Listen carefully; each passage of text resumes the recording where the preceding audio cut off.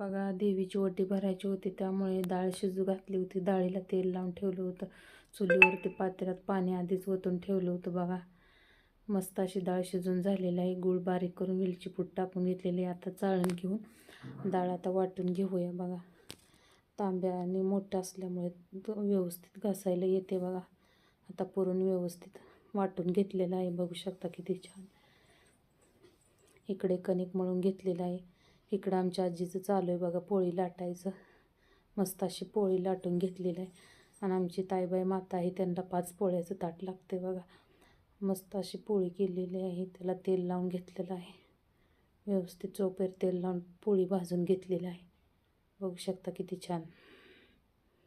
अजून एक दुसरी पोळी लाटलेली आहे, भाजलेली आहे व्यवस्थित. बघा मस्त अशी पोळी बनवून झालेली आहे. सोबत भात बनवला आहे. पोळ्या बनवलेल्या आहेत. आता देवाला चाललेलं आहे. बघा मंदिर जवळच आहे आमचं. घरातलीच देवी.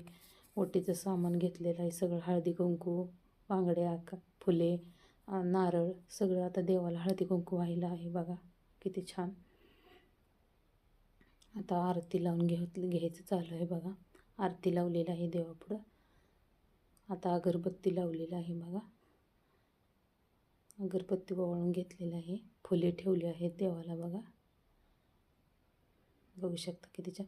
आता हा नैवेद्य ठेवलेला आहे. बघा ओटीचं सामान ठेवलेलं आहे. तुम्हाला कसं वाटलं आमचा व्हिडिओ?